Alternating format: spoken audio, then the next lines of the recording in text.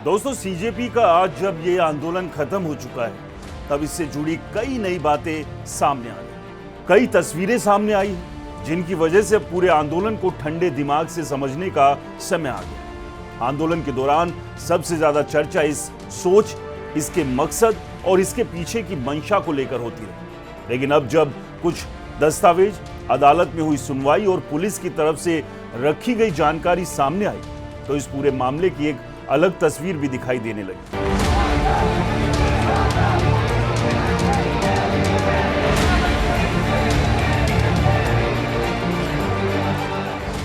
Supreme court में सुनवाई के दौरान दिल्ली पुलिस ने दावा किया कि 20 जुलाई से 25 जुलाई के बीच फेशियल रिकॉग्निशन सिस्टम की मदद से 2873 ऐसे लोगों की पहचान हुई, जिनके खिलाफ पहले से अलग अलग आपराधिक मामले दर्ज हैं। पुलिस के मुताबिक इनमें हत्या की कोशिश, महिलाओं और बच्चों के खिलाफ अपराध, डकैती, अपहरण और पॉक्सो एक्ट जैसे गंभीर मामलों के आरोप भी शामिल हैं। यह आंकड़ा सिर्फ 6 दिनों का बताया गया।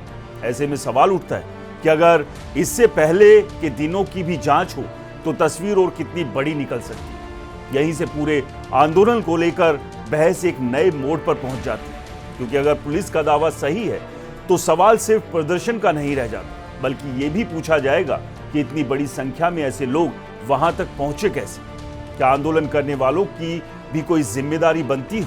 क्या उनसे ये नहीं पूछा जाना चाहिए कि जिस भीड़ को उन्होंने इकट्ठा किया उसमें कौन लोग शामिल थे और किस मकसद से आए थे?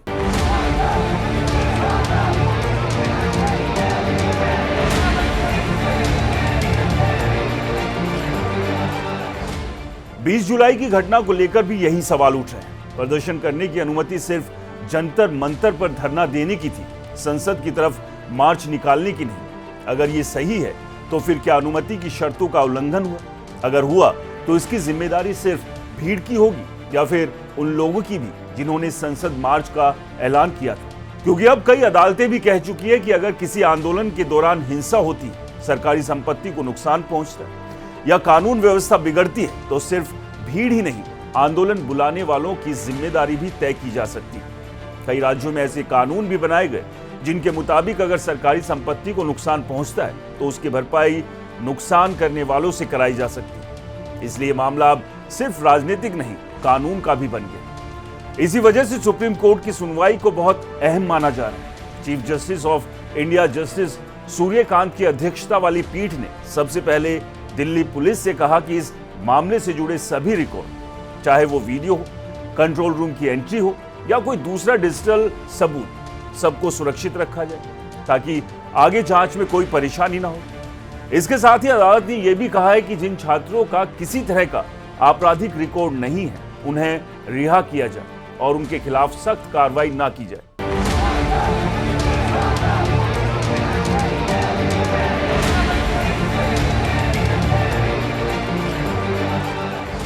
अदालत ने 7 राज्यों के मुख्य सचिवों से भी कहा कि वो अपने वकीलों के जरिए अदालत में अपना पक्ष रखें। इस मामले की अगली सुनवाई 3 अगस्त को होगी। सुनवाई के दौरान यह भी संकेत मिला कि जरूरत पड़ी तो पूरे मामले की जांच किसी रिटायर्ड चीफ जस्टिस की निगरानी में कराई जा सकती है। अगर ऐसा होता है तो ये सिर्फ इस आंदोलन की जांच नहीं होगी, बल्कि आने वाले समय में देश में होने वाले आंदोलनों के लिए भी एक मिसाल बन सकती है। इस पूरे मामले में अभी 3 बड़े पक्ष दिखाई देते हैं। पहला, वो प्रदर्शनकारी जिन पर हिंसा में शामिल होने के आरोप।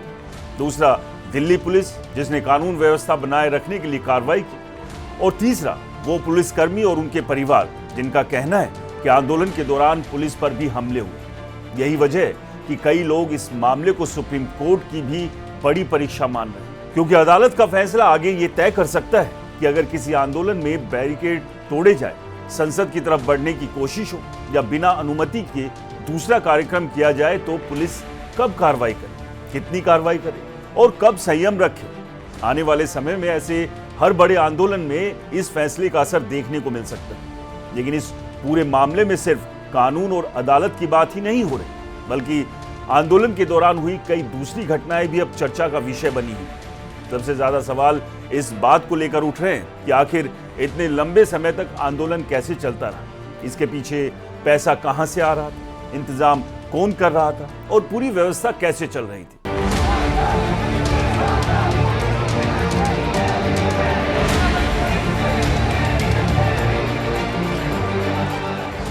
इसी दौरान एक नाम सबसे ज्यादा चर्चा में आया। दावा किया गया कि एक व्यक्ति अमेरिका से भारत आया। बताया गया कि वो इससे पहले दिल्ली विधानसभा चुनाव के समय भी आम आदमी पार्टी के लिए काम कर चुका था और कुछ समय दिल्ली सरकार के साथ भी जुड़ा रहा। बाद में उसने एक नया राजनीतिक मंच बनाया और फिर इसी आंदोलन के दौरान सक्रिय भूमिका में दिखाई दिया। इसके बाद सवाल उठने लगे कि उसकी मुलाकात और साथ काम करना आखिर सोनम वांगचुक के साथ कैसे शुरू हुआ, दोनों एक साथ कैसे आए। इसकी अब तक कोई साफ जानकारी सामने नहीं है, लेकिन इतना जरूर दिखाई दिया कि आंदोलन खत्म होने तक दोनों के रास्ते अलग अलग नजर आने लगे। दोनों पक्षों ने एक दूसरे से दूरी बना ली। इधर आंदोलन से जुड़े मामलों में अलग अलग राज्यों और दिल्ली में जो मुकदमे दर्ज हुए, उनके बाद कई वरिष्ठ वकील भी सामने आए। इन्हीं में वरिष्ठ अधिवक्ता कपिल सिब्बल ने कहा कि वो आंदोलन से जुड़े लोगों की कानूनी मदद के लिए 1 करोड़ का योगदान देंगे। साथ ही उन्होंने कुछ वकीलों से भी अपील की कि वो भी अपनी तरफ से मदद करें। इसके बाद इस फैसले को लेकर भी अलग अलग तरह के राजनीतिक प्रतिक्रियाएं सामने आई। कुछ लोगों ने इसका समर्थन किया, जबकि कुछ लोगों ने इस पर सवाल उठाए। लेकिन जिस बात की शायद सबसे ज्यादा चर्चा हुई वो थी आंदोलन के दौरान खाने पीने की व्यवस्था। आमतौर पर किसी भी धरने या प्रदर्शन में लोगों के लिए भोजन का इंतजाम किया जाता है, इसमें कोई नई बात नहीं होती।